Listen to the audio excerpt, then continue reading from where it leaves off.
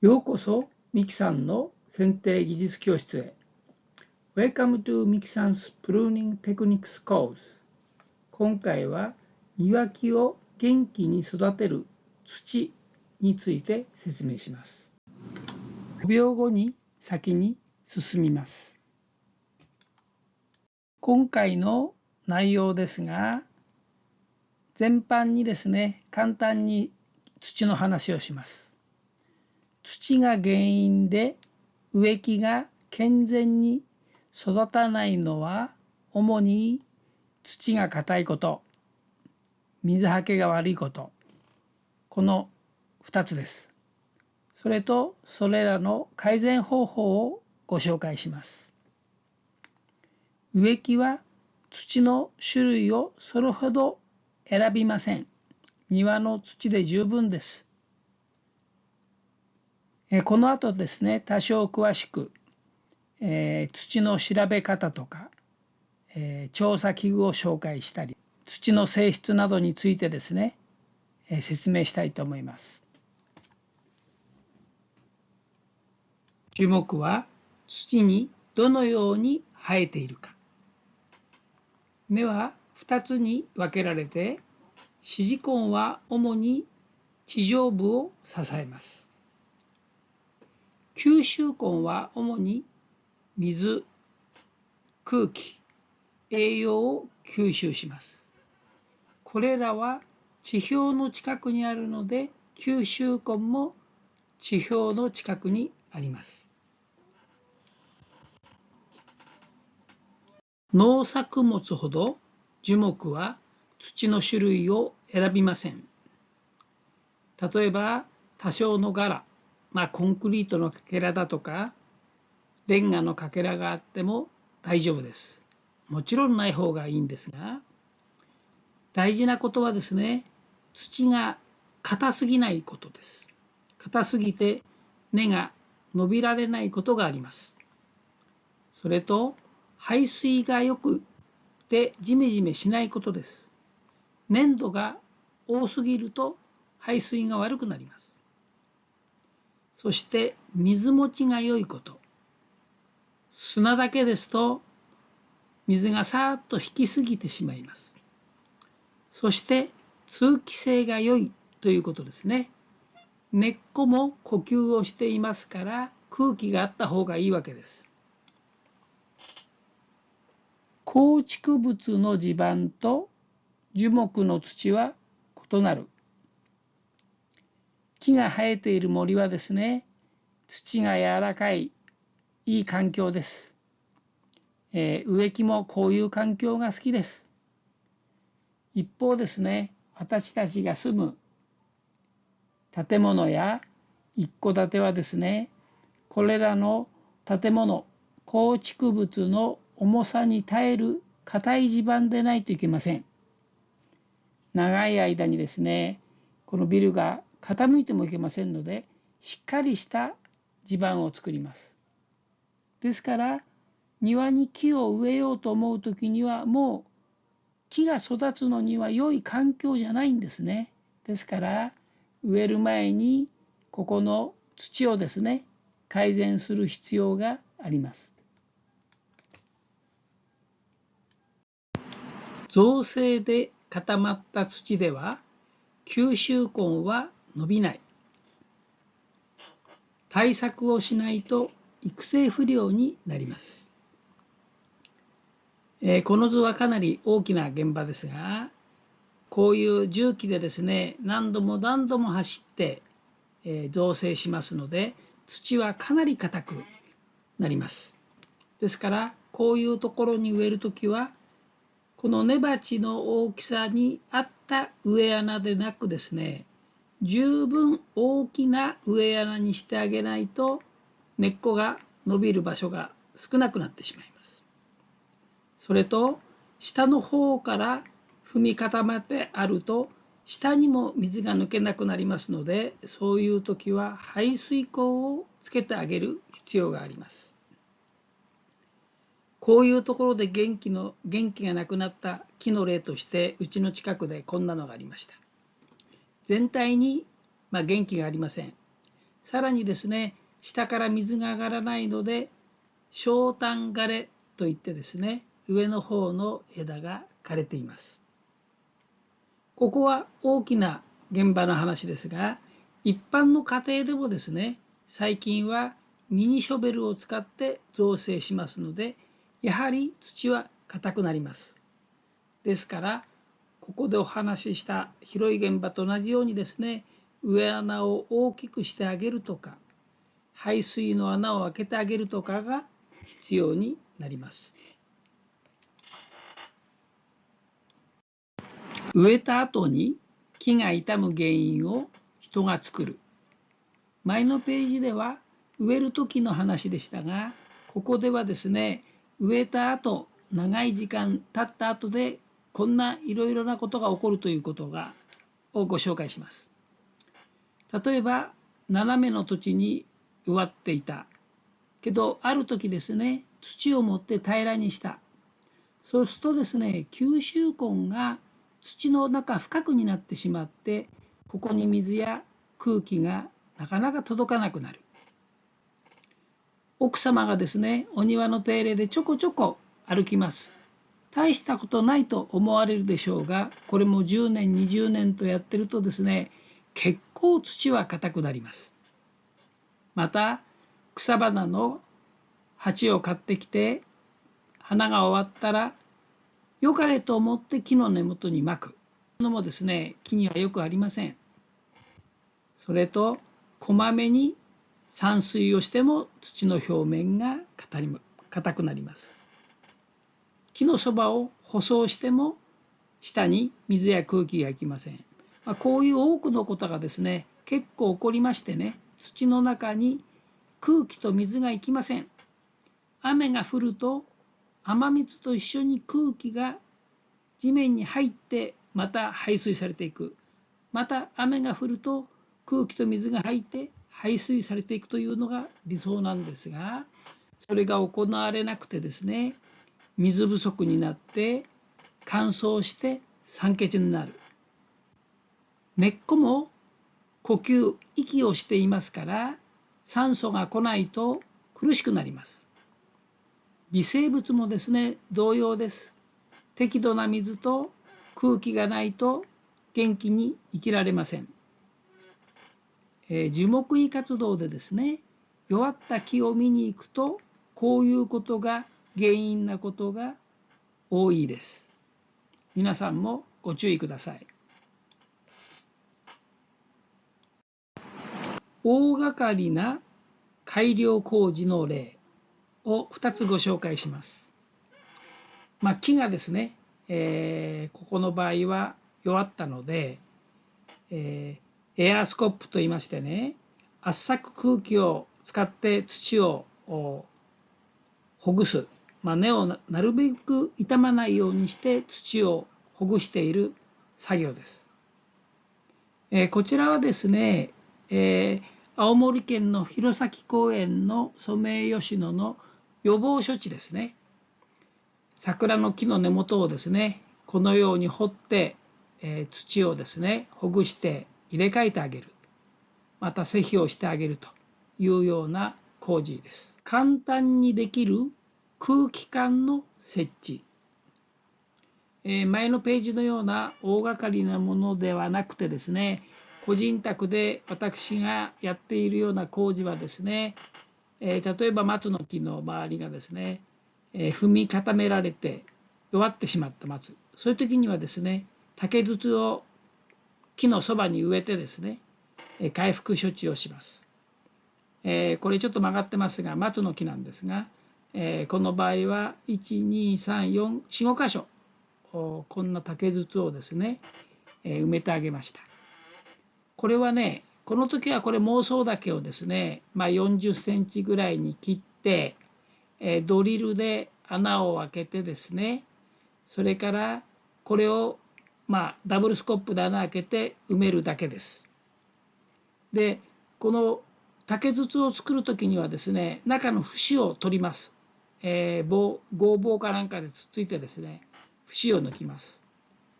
それで上から土がですね、どんどん入って埋まらないように、例えばですね、上にこう空気が通るけど土が入らないようなものをつけるという工夫もありますし、この竹筒の中にですね、炭やおがくずなどを詰めるという方もいらっしゃいます。これはドリルで穴を開けたんですが、こちらの場合はですね、ナタがあったので、ナタで竹を真っ二つに割ります。ナタで割った後にシュロナーで縛ってるわけです。ナタを持ってない方がいらっしゃるので、その場合はドリルで穴を開けます。この松はですね、とても元気なくてですね、年々弱ってきて、このままだと本当に枯れちゃうんじゃないかなということで、この工事をしたらですね、翌年驚くほど、見違えるほど元気な葉っぱになりました。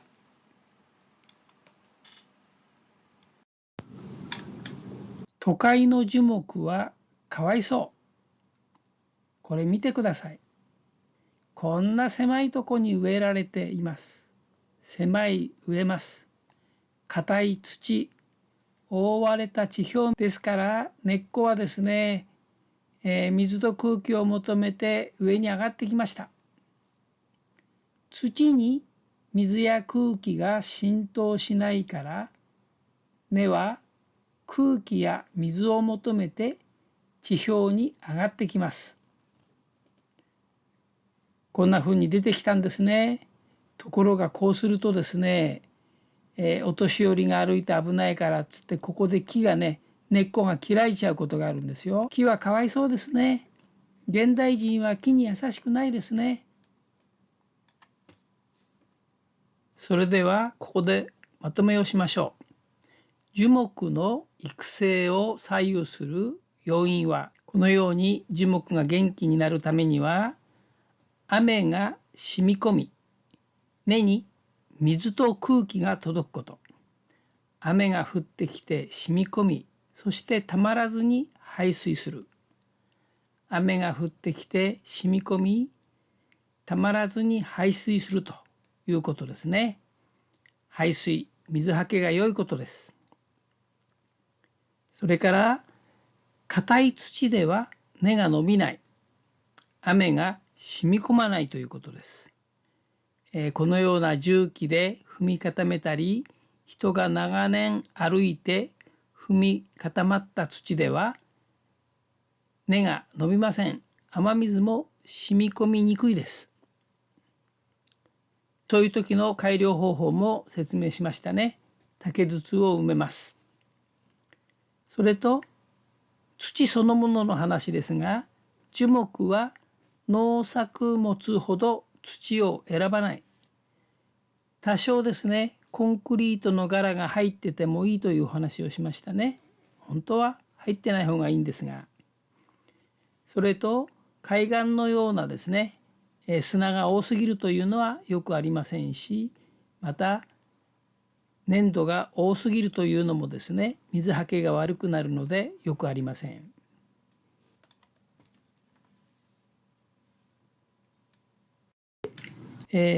ここからは土についてさらに興味のある方のためにですね、土の簡単な調べ方、道具の紹介をします。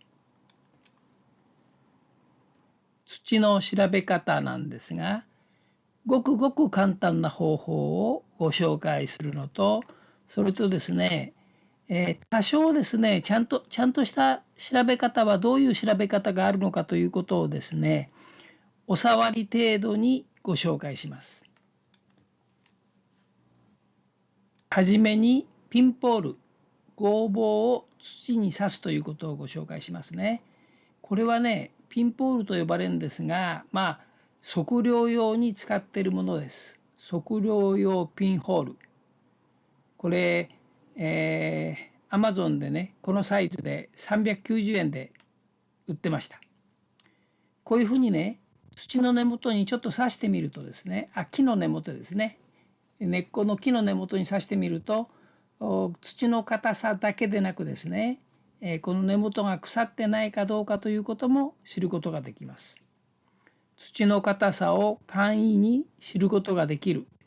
また、地際の幹の腐食や空洞の有無も調べられます。穴を掘って調べると。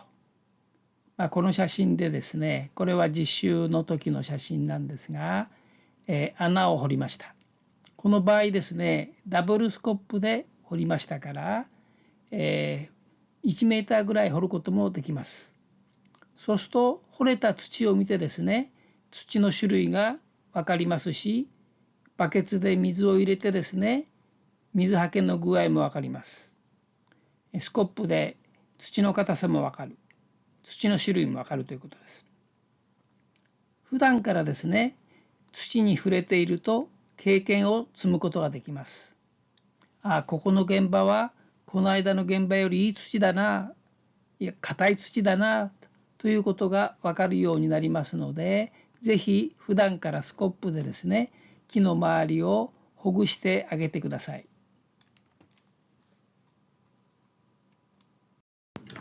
大きな穴を掘っての調査、土壌断面調査と言います。このように人が入れるほど大きなですね、四角い穴を掘って土の断面の調査をして記録をつけます。これほどのことをですね、私たち造園屋さんがすることはないと思います。山中式土壌高度計。これは土の硬さを測る道具ですね。割とよく使われてますが、そうは言ったってこれだって10万とかしますので、大きな組織の造園屋さんじゃないと持ってないかもしれませんね。このようにですね、土に刺してですね、硬さを測ります。土だけでなくて、例えば芝生のですね、硬さもですね、計測できます。仕掛けはね、ここにちょっと描いた下手な絵ですが、尖った槍のようなものにですね、バネがついていて、硬いとですね、先が全然入っていかなくてバネが縮むわけですね。ここに目盛りがついててですね、硬さを測ることができます。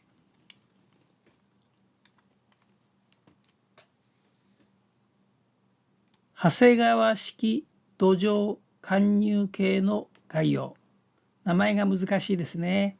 この道具はね、この絵を見ていただきたいんですがね、杭をですね、ハンマーでトントンと打つとですね、一打撃ごとにクックックッと杭が入ってきますよね。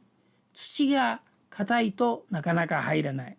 柔らかい土だったら1回でスッと入るということで、土の硬さを知ることができます。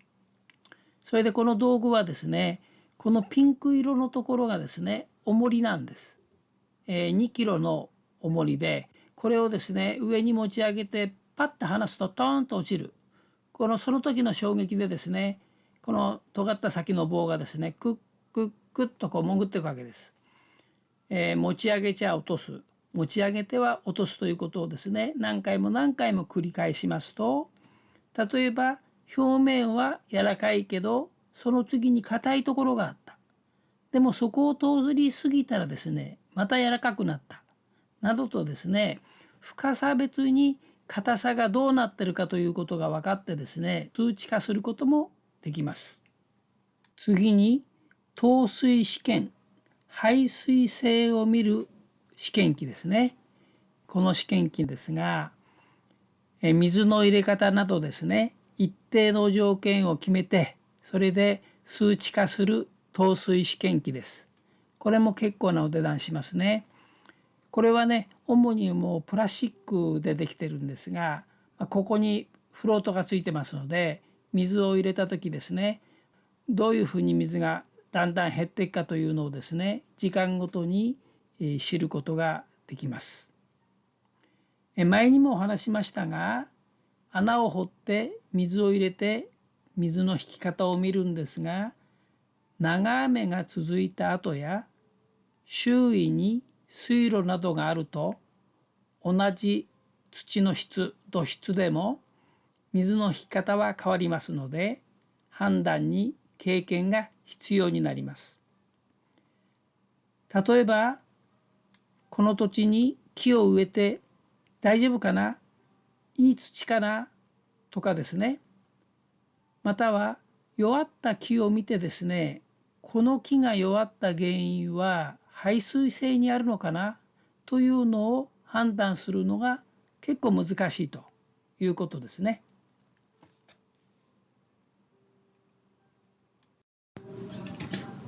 あと3ページほどで終わりますが、ここでは土の水質状態の表現の仕方を紹介します。乾いた土とか湿った土とかいろいろあるわけですけども、寒とか純とか湿とか多湿過湿、こういうですね湿り気を感じなければ乾燥しているということですね。それをこういうような表現をするということです。この辺の土がいいということですね。でもですね、杉なんかは結構湿ってても大丈夫ですし、酪雨症なんかも湿ったところで大丈夫だとかですね、樹種によって異なりますが、普通の木はですね、過湿は根の障害を起こしやすく、奈良竹病とか白モンパ病が発生しやすいです。湿った土は注意です。土を指先でこねてみる。土星を見る。土というのは砂と粘土、それにですね腐食などが混じってできているわけですが、この図のようにですね調べることができます。例えば指先で握ってみてですね、つまんでみて、つまめないようであったらですね、固めることができなかったら佐渡と言いますし、反対にですね、小よりのように細くなる。この場合ね、少しの水で湿らせてから判定します。土を取って少量の水で湿らせてですね、小よりのようになる場合は食土と言います。それがそれぞれ中間があるんですけども、やはり植物が育つのにいいのはこの中間ということになります。これで最後ですよ。くたびれてきましたね。